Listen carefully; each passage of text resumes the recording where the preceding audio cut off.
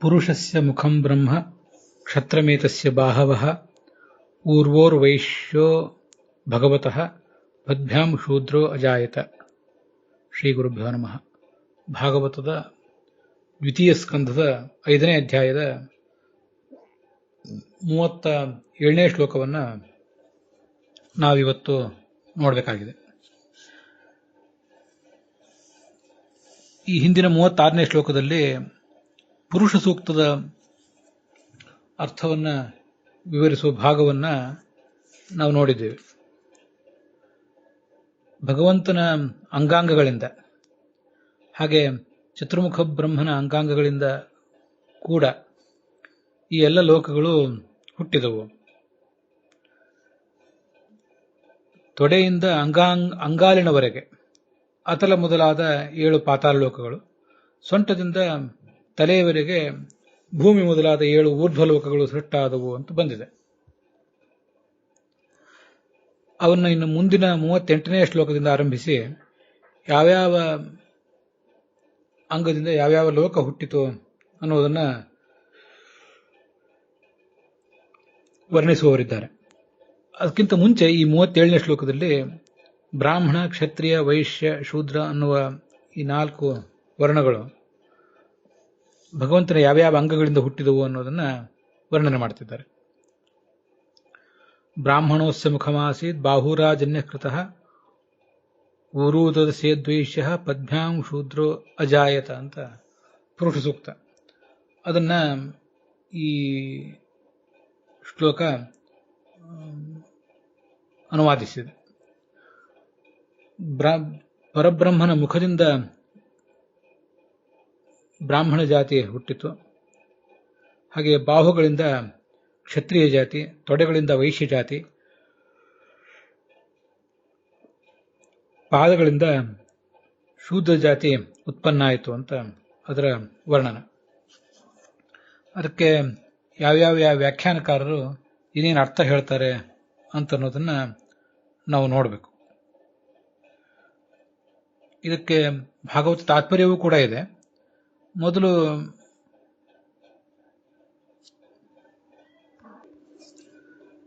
ಇತರ ವ್ಯಾಖ್ಯಾನಕಾರರ ಅಭಿಪ್ರಾಯಗಳನ್ನು ಗಮನಿಸಬೇಕು. ಅದರಲ್ಲೇನು ವಿಶೇಷ ಇಲ್ಲದೆ ಹೋದರೆ ಮುಂದಿನ ವ್ಯಾಖ್ಯಾನಗಳನ್ನು ನೋಡ್ತೇವೆ. ಕಾರ್ಯಕಾರಣಯೋ ಅಭೇದ ವಿವಕ್ಷೆಯ ಉಕ್ತಂ. ಮುಖದಿಂದ ಬ್ರಾಹ್ಮಣ ಜಾತಿ ಹುಟ್ಟಿದೆ, ಅದರಿಂದ ಭಗವಂತನ ಮುಖ ಅನ್ನೋದು ಕಾರಣ, ಬ್ರಾಹ್ಮಣ ಜಾತಿ ಅನ್ನೋದು ಕಾರ್ಯ. ಈ ದೃಷ್ಟಿಕೋನವನ್ನು ಇಟ್ಟುಕೊಂಡು ಪರಬ್ರಹ್ಮನ ಮುಖವೇ ಬ್ರಾಹ್ಮಣ ಜಾತಿ ಅಂತ ಹೀಗೆ ವರ್ಣಿಸಿದ್ದಾರೆ. ಇದು ಶ್ರೀಧರರ ವ್ಯಾಖ್ಯಾನ. ಅದೇ ಮಾತನ್ನು ವೀರರಾಘವರು ಕೂಡ ಹೇಳ್ತಾರೆ. ವಿಜಯಧ್ವಜರ ವ್ಯಾಖ್ಯಾನದಲ್ಲಿ ವಿಶೇಷ ಅಂಶ ಏನು ಕಾಣಿಸೋದಿಲ್ಲ. ಯಾದವಾರ್ಯರ ಅಭಿಪ್ರಾಯವನ್ನು ಗಮನಿಸುವಾಗ ಭಾಗವತ ತಾತ್ಪರ್ಯವನ್ನು ಕೂಡ ನಾವು ನೋಡಬೇಕು. ಬ್ರಾಹ್ಮಣೋ ಮುಖಮಿತ್ಯೇವ ಮುಖಜಾತತ್ವ ಹೇತುತಃ ಮುಖಾಜ್ಜಾತತ್ವ ಹೇತುತಃ ಯಥಾವದತ್ ಶ್ರುತೌ ತದ್ವದ್ ಜೀವೋ ಬ್ರಹ್ಮೇತಿ ವಾಗ್ಭವೇತ್ ಅಂತ ಬ್ರಹ್ಮಪುರಾಣದ ಮಾತನ್ನ ಆಚಾರ್ಯರು ಅಲ್ಲಿ ಉದ್ಧರಿಸಿದ್ದಾರೆ. ಈ ಭಾಗವತ ತಾತ್ಪರ್ಯದ ಶ್ಲೋಕ ಪ್ರಕೃತ ಭಾಗವತದ ಅರ್ಥವನ್ನು ಹೇಗೆ ಮಾಡಬೇಕು ಅನ್ನೋದು ತೋರಿಸ್ತದೆ. ಜೀವನನ್ನೇ ಬ್ರಹ್ಮ ಅಂತ ಹೇಳಿದಾಗ ಅದಕ್ಕೆ ಏನು ಅರ್ಥ ಮಾಡಬೇಕು ಅನ್ನೋದನ್ನು ತೋರಿಸ್ತದೆ. ಬ್ರಾಹ್ಮಣ ಮುಖದಿಂದ ಹುಟ್ಟಿದ್ದಾನೆ ಅಂತ ಯಾಕೆ ಹೇಳಿದ್ದಾರೆ ಅಂದರೆ, ಮುಖವೇ ಬ್ರಾಹ್ಮಣ ಅಂತ ಹೇಳುವುದರ ಉದ್ದೇಶವೇನು ಅಂದರೆ, ಬ್ರಾಹ್ಮಣ ಮುಖದಿಂದ ಹುಟ್ಟಿದ್ದರಿಂದ. ಇದು ಅದರ ತಾತ್ಪರ್ಯ. ಜೀವನೇ ಬ್ರಹ್ಮ, ಸರ್ವಂ ಖಲ್ವಿದಂ ಬ್ರಹ್ಮ, ತತ್ವಮಸಿ ಅಂತ ಹೀಗೆಲ್ಲ ಜೀವನನ್ನೇ ಬ್ರಹ್ಮ ಅಂತ ಹೇಳಿದಾಗ ಆ ಎಲ್ಲ ಪ್ರಕರಣಗಳಲ್ಲಿ ಕೂಡ ಜೀವ ಬ್ರಹ್ಮನಿಂದ ಹುಟ್ಟಿದ್ದಾನೆ ಅಂತ ಅರ್ಥವನ್ನು ಸ್ವೀಕಾರ ಮಾಡಬೇಕು. ಅಂತೂ ಈ ಬ್ರಹ್ಮಪುರಾಣದ ಮಾತಿನಿಂದ ಭಾಗವತದ ಈ ಭಾಗಕ್ಕೆ ಅರ್ಥ ಮಾಡಲಿಕ್ಕೂ ನಮಗೆ ಸುಲಭ ಆಯಿತು. ಅದ್ವೈತ ಪರವಾದ ಕೆಲವು ಮಾತುಗಳಿಗೆ ಅರ್ಥ ಮಾಡಲಿಕ್ಕೂ ಕೂಡ ಅನುಕೂಲ ಆಯಿತು. ಸಪ್ತಸು ಪ್ರಥಮ ಅಂತ ವ್ಯಾಕರಣದ ಸೂತ್ರ, ಮಹಾವ್ಯಾಕರಣದ ಸೂತ್ರ. ಪ್ರಥಮಾ ವಿಭಕ್ತಿಯನ್ನು ಪ್ರಯೋಗ ಮಾಡಿದರೆ ಉಳಿದ 7 ವಿಭಕ್ತಿಗಳ ಅರ್ಥವನ್ನು ಕೂಡ ನಾವಲ್ಲಿ ಸ್ವೀಕಾರ ಮಾಡಬೇಕು ಅಂತ ಅದರ ತಾತ್ಪರ್ಯ ಆಗ್ತದೆ. ಅದರಂತೆ ಇಲ್ಲಿ ಬ್ರಾಹ್ಮಣೋ ಮುಖಂ ಅಂತೇನು, ಮುಖಂ ಅಂತ ಸಪ್ತಮಿ ವಿಭಕ್ತಿ ಇದೆ. ಕ್ಷತ್ರಮೇತಸ್ಯ ಬಾಹವಃ ಎಂಬಲ್ಲಿ ಪ್ರಥಮಾ ವಿಭಕ್ತಿ ಇದೆ.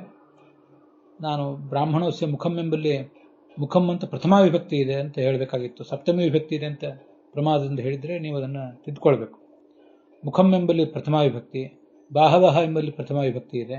ಅದಕ್ಕೆಲ್ಲದಕ್ಕೂ ಕೂಡ ದ್ವಿತೀಯ ವಿಭಕ್ತಿ, ಪಂಚಮಿ ವಿಭಕ್ತಿಯ ಅರ್ಥವನ್ನು ಇಟ್ಕೊಳ್ಬೇಕು. ಅದರಿಂದ ಹುಟ್ಟಿದ್ದು ಉರ್ವೋರ್ ವೈಶ್ಯ ಪದ್ಭ್ಯಾಂ. ಅದನ್ನು ತೃತೀಯ ಅಥವಾ ಪಂಚಮಿ ವಿಭಕ್ತಿ, ಅದು ಹೇತು ಅನ್ನೋ ಅರ್ಥದಲ್ಲಿ ಎರಡು ವಿಭಕ್ತಿಗಳು ಬರ್ತವೆ. ಆ ಅರ್ಥವನ್ನು ಇಲ್ಲಿ ಸ್ವೀಕಾರ ಮಾಡಬೇಕು ಅಂತ ತಾತ್ಪರ್ಯ. ಕಾರ್ಯಕಾರಣಗಳು ಅಭಿನ್ನ ಅಂತ ಹೇಳುವ ವ್ಯಾಖ್ಯಾನಗಳನ್ನು ನಾವೀಗ ಗಮನಿಸಿದ್ವಲ್ಲ, ಅದೆಲ್ಲ ಉಪಾದಾನ ಕಾರಣ ಆಗಿದ್ರೆ ಮಣ್ಣನ್ನೇ ಘಟ ಅಂತನೂ, ಘಟವನ್ನೇ ಮಣ್ಣು ಅಂತನೂ ಹೀಗೆಲ್ಲ ಹೇಳ್ತಾರೆ. ಆದರೆ ಭಗವಂತನ ಅಂಗಾಂಗಗಳು ಜಗತ್ತಿಗೆ ಉಪಾದಾನ ಕಾರಣ ಅಲ್ಲ, ಅವು ನಿಮಿತ್ತ ಕಾರಣ. ಆದ್ದರಿಂದ ಕಾರ್ಯಕಾರಣಗಳನ್ನು ಅಭಿನ್ನ ಎಂಬ ದೃಷ್ಟಿಕೋನದಿಂದ ಪುರುಷ ಸೂಕ್ತ ಬ್ರಾಹ್ಮಣೋಸ್ಯ ಮುಖಮಾಸೀತ್ ಅಂತ ಹೇಳುವುದು ಪೂರ್ಣ ರೀತಿಯಿಂದ ಸರಿಯಲ್ಲ. ಕೆಲವು ಕಡೆ ನಿಮಿತ್ತ ಕಾರಣವನ್ನು ಕೂಡ ನಾವು ವರ್ಣನೆ ಮಾಡುವಾಗ ಈ ಅಭೇದವನ್ನೇ ಹೇಳುವುದು ಕಂಡು ಬರ್ತದೆ. ಆದ್ದರಿಂದ ಪೂರ್ಣ ತಪ್ಪು ಕೂಡ ಅಲ್ಲ.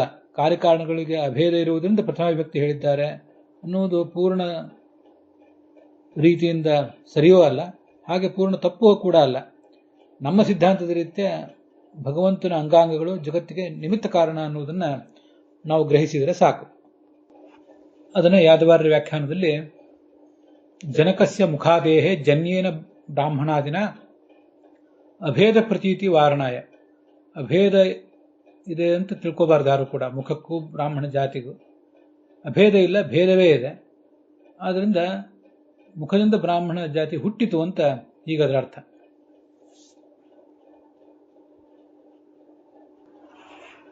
ಪ್ರಥಮ ಪಂಚಮ್ಯರ್ಥೇ ವ್ಯಾಖ್ಯೇಯ ಇತಿ ಭಾವ. ಪ್ರಥಮ ವಿಭಕ್ತಿ ಏನಿದೆ ಅದಕ್ಕೆ ಪಂಚಮ ವಿಭಕ್ತಿಯ ಅರ್ಥವನ್ನು ನಾವು ಸ್ವೀಕಾರ ಮಾಡಬೇಕು. ಇದರ ಮುಂದಿನ ಶ್ಲೋಕದಲ್ಲಿ ಭೂರ್ಲೋಕ ಕಲ್ಪಿತ ಪದ್ಭ್ಯಾಂ ಅಂತ ಏನು ಶ್ಲೋಕ ಇದೆ, ಆ ಶ್ಲೋಕದಿಂದ ಆರಂಭಿಸಿ 41ನೇ ಶ್ಲೋಕದವರೆಗೆ ಪ್ರತಿಯೊಂದು ಅಂಗದಿಂದ ಹೇಗೆ ಜಗತ್ತೆಲ್ಲವೂ ಹುಟ್ಟಿತು ಅಂತ ವರ್ಣನೆ ಮಾಡ್ತಾರೆ. ಇದೆಲ್ಲವೂ ಕೂಡ ಉಪಾಸನೆಗಾಗಿ ಭಗವಂತನ ಅಂಗಾಂಗಗಳಿಂದ ಆಯಾ ಲೋಕಗಳು ಹುಟ್ಟಿದವು ಅಂತ ತೋರಿಸಿ, ಸಪ್ತಲೋಕ ಪಕ್ಷಮಾಹ, ಒಟ್ಟು 7 ಲೋಕಗಳು ಅಂತ ಪರಿಗಣನೆ ಮಾಡಿದಾಗ ಈ 38ನೇ ಶ್ಲೋಕದಿಂದ ಆರಂಭಿಸಿ 41ನೇ ಶ್ಲೋಕದವರೆಗೆ ವಿವರಣೆ. ಮುಂದೆ ಭೂರ್ಲೋಕ ಕಲ್ಪಿತ ಪದ್ಭ್ಯಾಂ ಅನ್ನುವಲ್ಲಿ 3 ಲೋಕಗಳನ್ನು, ಎಲ್ಲ ಲೋಕಗಳನ್ನು 3 ಅಂತ ಪರಿಗಣನೆ ಮಾಡಿದಾಗ ಹೇಗೆ ತಿಳ್ಕೋಬೇಕು ಅನ್ನೋದನ್ನು 42ನೇ ಶ್ಲೋಕದಲ್ಲಿ ಹೇಳ್ತಾರೆ. ಇದು ಜಗತ್ತಿನಲ್ಲಿ ಪ್ರಸಿದ್ಧ ಆಗಿದೆ. ತ್ರೈಲೋಕ್ಯ ಅಂತ ಹೇಳ್ತಾರೆ. 3 ಲೋಕಗಳನ್ನು, ಮೇಲಿನ ಲೋಕಗಳು, ಮಧ್ಯದ ಲೋಕಗಳು, ಕೆಳಲೋಕಗಳು ಅಂತ 3 ಲೋಕಗಳನ್ನು ಪರಿಗಣನೆ ಮಾಡ್ತಾರೆ. ಇನ್ನು ಕೆಲವು ಕಡೆ ಸಪ್ತಲೋಕಗಳು, 7 ಲೋಕಗಳು ಅಂತ ಹೇಳೋದು ನಮಗೆಲ್ಲ ಗೊತ್ತಿದ್ದೇ ಇದೆ. ಅದನ್ನೇ ವಿಸ್ತರಿಸಿ 14 ಲೋಕಗಳು ಅಂತಲೂ ಕೂಡ ಹೇಳೋದಿದೆ. ಅಂತೂ 3 ಅಂತಾಗಲಿ, 7 ಅಂತಾಗಲಿ, 14 ಅಂತಾಗಲಿ, ಇದೆಲ್ಲ ನಾವು ಅದನ್ನು ಹೇಗೆ ಪರಿಗಣನೆ ಮಾಡ್ತೀವಿ, ಹೇಗೆ ನಮ್ಮ ವಿವಕ್ಷೆ ಇದೆ ಅನ್ನೋದನ್ನು ಹೊಂದಿಕೊಂಡಿದೆ. ಅದಕ್ಕಾಗಿ ಈಗ ಮೊದಲು ಒಂದೊಂದು ಅಂಗಗಳಿಂದ ಯಾವ್ಯಾವ ಲೋಕಗಳು ಹುಟ್ಟಿದವು ಅನ್ನೋದನ್ನು ವರ್ಣನೆ ಮಾಡ್ತಾರೆ. ಭೂರ್ಲೋಕ ಕಲ್ಪಿತ ಪದ್ಭ್ಯಾಂ. ಅಂಗಾಲಿನಿಂದ ಸೊಂಟದವರೆಗೆ ಏನು ಭಗವಂತನ ಅವಯವಗಳಿವೆ, ಅದರಿಂದ ಈ ಭೂಲೋಕವು ಹುಟ್ಟಿತು. ಭೂಲೋಕ ಅಂದರೆ ಪಾತಾಳ ಆರಭ್ಯ, ಪಾತಾಳದಿಂದ ಆರಂಭಿಸಿ ಭೂಲೋಕದವರೆಗೆ ಅಂತ ಅದರ ತಾತ್ಪರ್ಯ ತಿಳ್ಕೋಬೇಕು. ಅದನ್ನೇ ಪದ್ಭ್ಯಾಂ ಅಂತೇನು ಶ್ಲೋಕ ಇದೆಯಲ್ಲ, ಆ ಪದ್ಭ್ಯಾಂ ಅನ್ನುವ ಶ್ಲೋಕದಲ್ಲಿರುವಂಥ ಶಬ್ದಕ್ಕೆ ಪದ್ಭ್ಯಾಂ ಅಂದರೆ ಕಟಿ ಪರ್ಯಂತಾಭ್ಯಾಂ ಅಂತ ಅರ್ಥ ಮಾಡ್ತಾರೆ ಶ್ರೀಧರರು. ಅಂಗಾಲಿನಿಂದ ವಸ್ತುತಃ ಪಾದ ಅಂದರೆ ಅಂಗಾಲು, ಆದರೆ ಅಂಗಾಲು ಅಂತ ಮಾತ್ರ ಅಲ್ಲ, ಅಂಗಾಲಿನಿಂದ ಆರಂಭಿಸಿ ಕಟಿ ವರೆಗೆ, ಸೊಂಟದವರೆಗೆ ಏನು ಭಗವಂತನ ಅಂಗಾಂಗಗಳಿವೆ ಅವುಗಳನ್ನು ಇಲ್ಲಿ ಒಂದೊಂದು ಪರಿಗಣನೆ ಮಾಡಿದ್ದಾರೆ. ಅವುಗಳಿಂದ ಈ ಅಂಗಾಂಗಗಳಿಂದ ಭೂಲೋಕ ಹುಟ್ಟಿತು. ಪಾತಾಳದಿಂದ ಆರಂಭಿಸಿ ಭೂಲೋಕದವರೆಗೆ ಎಲ್ಲವೂ ಕೂಡ ಹುಟ್ಟಿತು ಅಂತ ಅದರ ತಾತ್ಪರ್ಯ. ಪಾತಾಳದಿಂದ ಆರಂಭಿಸಿ ಭೂಮಿಯವರೆಗಿನ ಲೋಕಗಳು ಹುಟ್ಟಿದವು. ಇಲ್ಲಿ ಅಂಗಾಲಿನಿಂದ ಆರಂಭಿಸಿ ಸೊಂಟದವರೆಗೆ ದೇಹದ ಅವಯವವನ್ನು ಒಂದೊಂದು ಪರಿಗಣನೆ ಮಾಡಿದರು. ಪಾತಾಳದಿಂದ ಆರಂಭಿಸಿ ಭೂಮಿಯವರೆಗಿನ ಲೋಕಗಳನ್ನು ಕೂಡ ಒಂದೊಂದು ಪರಿಗಣನೆ ಮಾಡಿದರು. ಆದ್ದರಿಂದ ಆ ಒಂದು ಅವಯವದಿಂದ ಆ ಒಂದು ಲೋಕ ಹುಟ್ಟಿತು ಅಂತ ಅದರ ತಾತ್ಪರ್ಯ.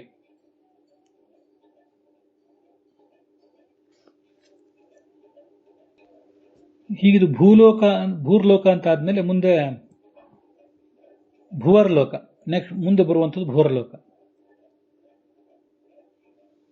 ಆ ಭುವರ್ಲೋಕ ಹುಟ್ಟಿದ್ದು ಯಾವುದರಿಂದ ಅಂದ್ರೆ ನಾಭಿಯಿಂದ ಹುಟ್ಟಿದೆ. ಕಟಿಯ ನಂತರ ಬರುವುದು, ಸೊಂಟದ ನಂತರ ಬರುವುದೇ ನಾಭಿ, ಅದರಿಂದ ಹುಟ್ಟಿದೆ ಅಂತ ತಾತ್ಪರ್ಯ. ಸ್ವರ್ಲೋಕ, ಹೃದಯದಿಂದ ಸ್ವರ್ಲೋಕ ಹುಟ್ಟಿತು. ಭೂಹು ಭುವಃ ಸ್ವಹ. ಮುಂದೆ ವಕ್ಷಸ್ಥಳದಿಂದ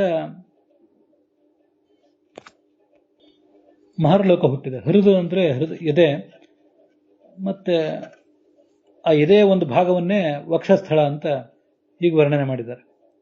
ಅದರಿಂದ ಮಹರ್ಲೋಕ ಹುಟ್ಟಿತು. ಅಲ್ಲಿ ಹೃದಯ ಅಂದ್ರೆ ಯಾವುದು ಮತ್ತೆ ಉರಸ್ ಅಂದ್ರೆ ಯಾವುದು ಅದನ್ನ ವೀರರಾಘವರ ವ್ಯಾಖ್ಯಾನದಲ್ಲಿ ನೋಡ್ತೇವೆ. ನಾಭಿಂ ಆರಭ್ಯ ಆಸ್ತನದ್ವಯಾತ್ ಹೃದಯಂ. ಹೊಕ್ಕಳಿನಿಂದ ಆರಂಭಿಸಿ 2 ಸ್ತನಗಳೇನಿವೆ ಅಂದ್ರೆ ಸ್ತನಾಗ್ರ, ಎದೆ ತೊಟ್ಟೇನಿದೆ, ಆ ಭಾಗದಿಂದ ಈ ಸ್ವರ್ಲೋಕ ಹುಟ್ಟಿತು. ಇದನ್ನೇ ಹೃದಯ ಅಂತ ಅನ್ನೋದು. ಸೊಂಟದಿಂದ ನಾಭಿಯಿಂದ ಆರಂಭಿಸಿ ಎದೆಯ ತೊಟ್ಟಿನವರೆಗೆ ಭಾಗವನ್ನು ಹೃದಯ ಅಂತ ಹೇಳ್ತಾರೆ. ಆ ತೊಟ್ಟಿನ ಮೇಲ್ಭಾಗದಿಂದ ಭಾಗ ಏನಿದೆ ಅದನ್ನ ಉರಸ್ ಅಂತ ಹೇಳಬೇಕು. ಅದು ಊರ್ಧ್ವ ಭಾಗ ಉರಹ. ಇದು ವೀರರಾಘವರ ವ್ಯಾಖ್ಯಾನ. ಆ ಉರಸ್ಸಿನಿಂದ ಮಹರ್ಲೋಕ ಹುಟ್ಟಿತು ಅಂತ ಅದರ ತಾತ್ಪರ್ಯ. ವೀರರಾಘವರು ಇದನ್ನು 7 ಲೋಕಗಳನ್ನ ಪರಿಗಣನೆಯಲ್ಲಿ ಇಟ್ಕೊಂಡು ಅಂತ ಹೇಳಿದ್ರು. ಇದನ್ನೇ 14 ಲೋಕಗಳನ್ನು ಪರಿಗಣನೆಯಲ್ಲಿ ಇಟ್ಕೊಂಡು ಅಂತ ಹೇಳ್ತಿದ್ದಾರೆ ವೀರರಾಘವರು. ಅದಕ್ಕೆ ಹೇಳಿದೆ 14, 7, 3 ಅನ್ನುವುದೆಲ್ಲವೂ ಕೂಡ ನಮ್ಮ ವಿವಕ್ಷೆ ಅಷ್ಟೆ. ಇಲ್ಲೆಲ್ಲ ಕಡೆ ಕಲ್ಪಿತ ಅಂತ ಶಬ್ದ ಇದೆಯಲ್ಲ, ಕಲ್ಪಿತ ಅಂದ್ರೆ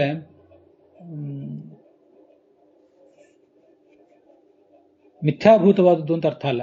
ಕಲ್ಪಿತ ಅಂದ್ರೆ ಶಾಸ್ತ್ರದ ದೃಷ್ಟಿಯಿಂದ ತಿಳಿಯಲ್ಪಟ್ಟದ್ದು ಅಂತ ಅದರ ಅರ್ಥ.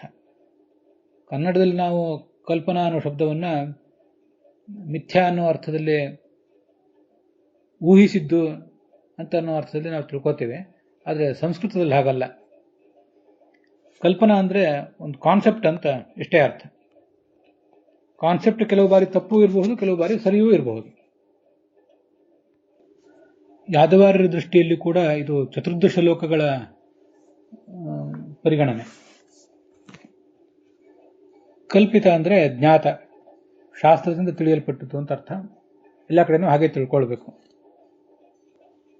ಮುಂದೆ 41ನೇ ಶ್ಲೋಕದಲ್ಲಿ ಇತಿ ಲೋಕಮಯ ಪುಮಾನ್ ಅಂತಿದೆಯಲ್ಲ, ಭಗವಂತ ಲೋಕಮಯ ಅಂದ್ರೆ ಈ ಲೋಕದಿಂದ ಅಭಿನ್ನ, ಲೋಕ ಆತನಿಂದ ಅಭಿನ್ನ ಅಂತ ಅರ್ಥ ಅಲ್ಲ. ಲೋಕಮಯ ಅಂದ್ರೆ ಲೋಕ ನಿರ್ಮಾತ ಅಂತ ಅರ್ಥ ಹೇಳ್ತಾರೆ ಯಾದವಾರ್ಯರು. ಲೋಕ ನಿರ್ಮಾತ ಅಂತ ಆದ್ರೂ ಕೂಡ ಲೋಕಮಯ ಅಂತ ಹೇಳುವುದು ಯಾಕೆಂದ್ರೆ ಈ ಎಲ್ಲ ಲೋಕಗಳನ್ನು ಅವನೇ ನಿರ್ಮಿಸಿದ್ದಾನೆ, ಅವನಿಂದ ನಿರ್ಮಿತ ಆದ್ರಿಂದ ಅವನೇ ಇದರಲ್ಲಿ ಪ್ರಧಾನ, ಉಳಿದ ಜಗತ್ತೆಲ್ಲವೂ ಕೂಡ ಅಪ್ರಧಾನ ಅಂತ ಮಯ ಎಂಬ ಶಬ್ದಕ್ಕೆ ನಾವು ಅರ್ಥ ತಿಳ್ಕೊಳ್ಬಹುದು. ಅಸ್ಮಿನ್ ಪಕ್ಷೆ ಅತಲಾದೀನಾಂ ಭೂಲೋಕೇವ ಅಂತರ್ಭಾವ. ನಾವು ಈಗಾಗಲೇ ಹೇಳಿದಂತೆ ಪಾದದಿಂದ ಆರಂಭಿಸಿ ಸೊಂಟದವರೆಗೆ ಒಂದೇ ಅಂಗ ಅಂತ ಪರಿಗಣನೆ ಮಾಡಿದ್ದೇವೆ. ಅದನ್ನು ಪದ್ಭ್ಯಾಮ್ ಅಂತ ಭಾಗವತ ಸಂಗ್ರಹಿಸಿದೆ. ಭೂಲೋಕ ಎಂಬ ಶಬ್ದದಿಂದ ಅತಲಾದಿ ಲೋಕಗಳನ್ನು ಕೂಡ ಭೂ ಎಂಬ ಒಂದೇ ಶಬ್ದದಿಂದಲೇ ಪರಿಗಣನೆ ಮಾಡಿದ್ದಾರೆ ಅಂತ ತಾತ್ಪರ್ಯ.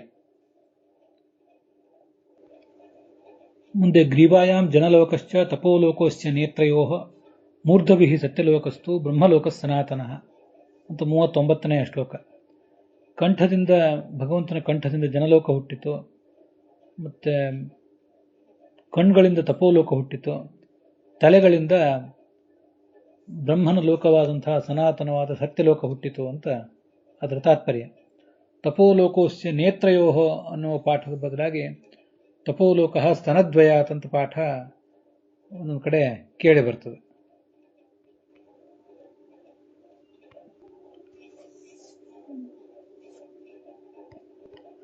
ತಪೋಲೋಕ ಕಣ್ಣುಗಳಿಂದ ಹುಟ್ಟಿತು ಅಂತ ಇದೊಂದರ್ಥ, ಅಥವಾ ಸ್ತನಗಳಿಂದ ಹುಟ್ಟಿತು ಅಂತ ಇನ್ನೊಂದು ಪಾಠನೂ ಇದೆ.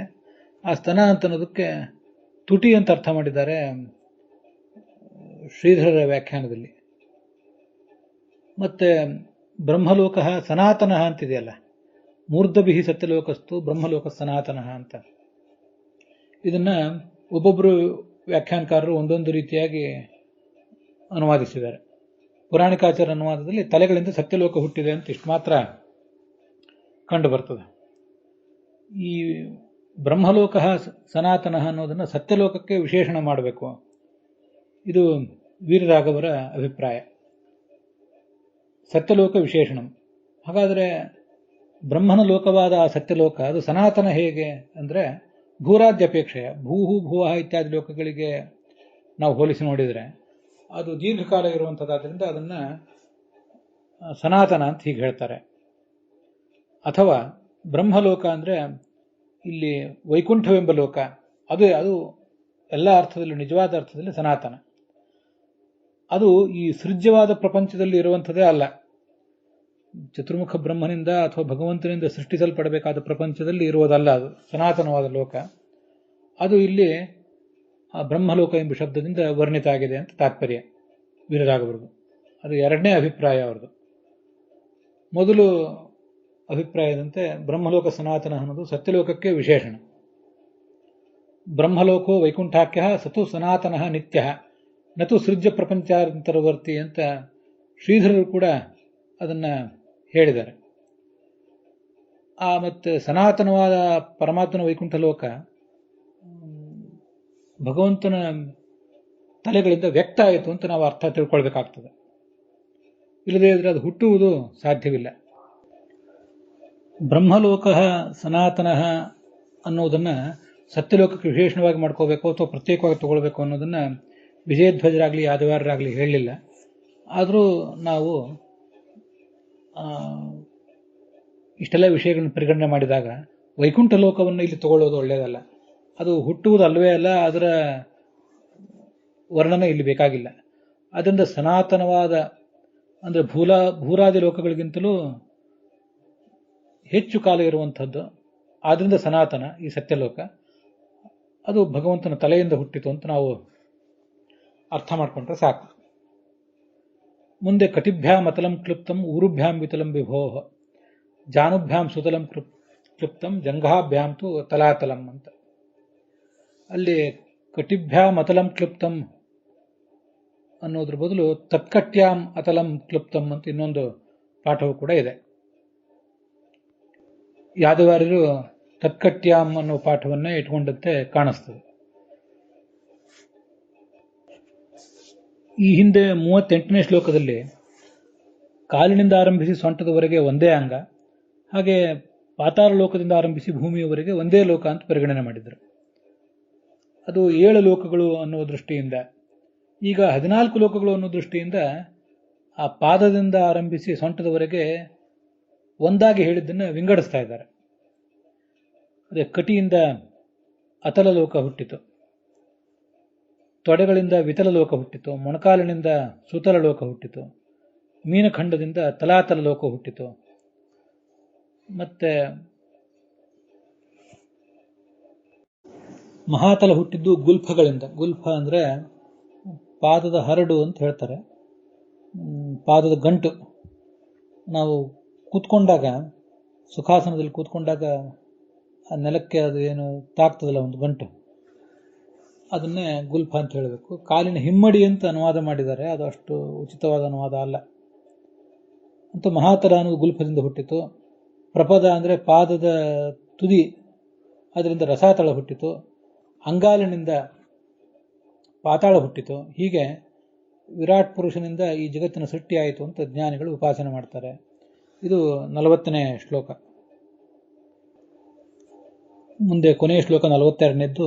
ಭೂಲೋಕ ಕಲ್ಪಿತ ಪದ್ಭ್ಯಾಂ ಭುವರ್ಲೋಕಸ್ತು ನಾಭಿತಃ ಸ್ವರ್ಲೋಕ ಕಲ್ಪಿತೋ ಮೂರ್ಧ್ನಿ ಇತಿವಾ ಲೋಕಕಲ್ಪನಾ. ಇದೀಗ ನಾವು ನೋಡ್ತಿರೋದು ಮೂರೇ ಲೋಕಗಳು ಅನ್ನೋ ದೃಷ್ಟಿಯಿಂದ. ಒಂದು ಬಾರಿ 7 ಅಂತ ನೋಡಿದ್ವಿ, ಮತ್ತೊಂದು ಬಾರಿ 14 ಅಂತ ನೋಡಿದ್ವಿ, ಮತ್ತೊಂದು ಈಗ ನಾವು ನೋಡ್ತಿರೋದು ಮೂರೇ ಲೋಕಗಳು ಅಂತ. ತ್ರಿಲೋಕ ಪಕ್ಷಮಾಹ ಅಂತ ಶ್ರೀಧರರು ಹಾಗೆ ಅದನ್ನು ವ್ಯಾಖ್ಯಾನ ಮಾಡಿದ್ದಾರೆ. ಹಿಂದೆ 40ನೇ ಶ್ಲೋಕದಲ್ಲಿ ಕಟಿಭ್ಯಾಂ ಮತಲಂ ಕ್ಲುಪ್ತಂ ಅಂತ ಏನು ಹೇಳಿದ್ದಿದೆ ಅದೆಲ್ಲ 14 ಲೋಕಗಳು ಅಂತ. ಅದಕ್ಕಿಂತ ಹಿಂದೆ 38ನೇ ಶ್ಲೋಕದಲ್ಲಿ ಹೇಳಿದ್ದು 7 ಲೋಕಗಳು ಅಂತ. ಇದಕ್ಕೇನರ್ಥ ಅಂದ್ರೆ, ಭೂಲೋಕ ಕಲ್ಪಿತ ಪದ್ಭ್ಯಾಂ, ಪಾದಗಳಿಂದ ಭೂಲೋಕ ಹುಟ್ಟಿತು. ಒಟ್ಟಾರೆ ಭಗವಂತನ ವಿರಾಟ್ ಪುರುಷನ ದೇಹವನ್ನೇ 3 ಅಂತ ಪರಿಗಣನೆ ಮಾಡುದು. ಒಂದು ಪಾದ, ಒಂದು ನಾಭಿ, ಮತ್ತೊಂದು ಮೂರ್ಧ ಅಂತ. ಆ ಪಾದದಿಂದ ಭೂಲೋಕ ಹುಟ್ಟಿತು. ಪಾದದಿಂದ ಭೂಲೋಕ ಹುಟ್ಟುವುದು ಅಂದ್ರೆ, ಭೂಲೋಕ ಅಂದ್ರೆ ಪಾತಾಳಾದಿಗಳಿಂದ ಕೂಡಿದ ಭೂಲೋಕ ಅಂತ ಅದರ ತಾತ್ಪರ್ಯ ಹೇಳ್ತಾರೆ ಶ್ರೀಧರರು. ಪದ್ಭ್ಯಾಮ್ ಅಂದ್ರೆ ಪಾದದಿಂದ ಆರಂಭಿಸಿ ನಾಭಿಯವರೆಗೆ ಭೂಲೋಕ. ಭೂಲೋಕ ಅಂದ್ರೆ ಅತಲ ಲೋಕ, ಇವೆಲ್ಲವೂ ಪಾತಾಳ ಲೋಕ ಮೊದಲದೆಲ್ಲವೂ ಕೂಡ ಅದರಲ್ಲಿ ಸೇರಿ ಹೋಗಿದೆ. ಹೀಗೆ ಕೆಳಗೆ ಒಂದು ಅಂಗ, ಒಂದು ಲೋಕ, ಅದರಿಂದ ಎಲ್ಲರದ್ದು ಪರಿಗಣನೆ. ಮುಂದೆ ಮಧ್ಯದಲ್ಲಿ ನಾಭಿ ಒಂದು ಅಂಗ, ಅದರಿಂದ ಭೂವರ್ಲೋಕ ಅಂತ ಒಂದು ಪರಿಗಣನೆ. ನಾಭಿಯಿಂದ ಆರಂಭಿಸಿ ತಲೆಯವರೆಗೆ ಭೂವರ್ಲೋಕ.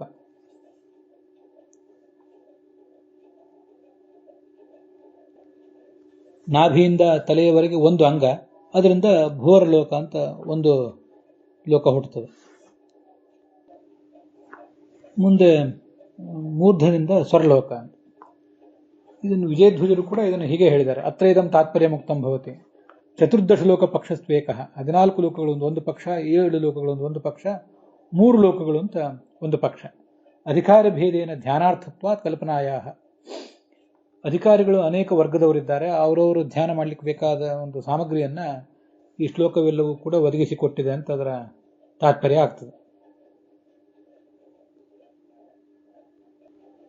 ಮೂರ್ಧದಿಂದ ಸ್ವರ್ಲೋಕ ಅಂದ್ರೆ ಬ್ರಹ್ಮಲೋಕ ಪರ್ಯಂತವಾಗಿ, ಸತ್ಯಲೋಕದ ಪರ್ಯಂತವಾಗಿ ಸ್ವರ್ಲೋಕ ಎಲ್ಲವೂ ಅಂತ ಪರಿಗಣಿತ ಆಗಿದೆ. ಹೀಗೆ ಇದೆಲ್ಲವನ್ನು ಕೂಡ ನಾವು ಸ್ವೀಕಾರ ಮಾಡಬೇಕು. ಹೀಗಿದು ಒಟ್ಟು 14 ಲೋಕಗಳು ಅಂತ ಒಂದು ಪಕ್ಷ, 7 ಲೋಕಗಳು ಅಂತ ಒಂದು ಪಕ್ಷ, ಮತ್ತೆ 3 ಲೋಕಗಳು ಅಂತ ಒಂದು ಪಕ್ಷ.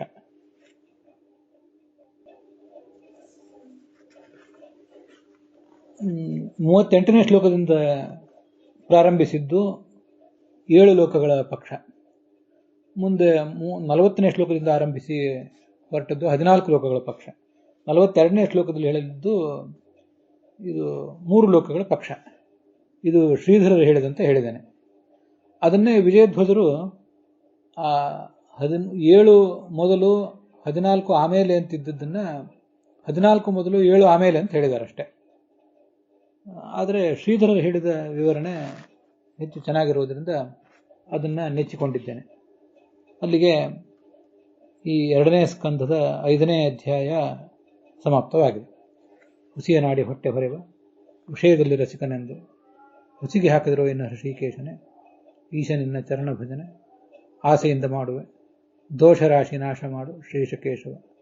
ಶ್ರೀಕೃಷ್ಣಾರ್ಪಣಮಸ್ತು.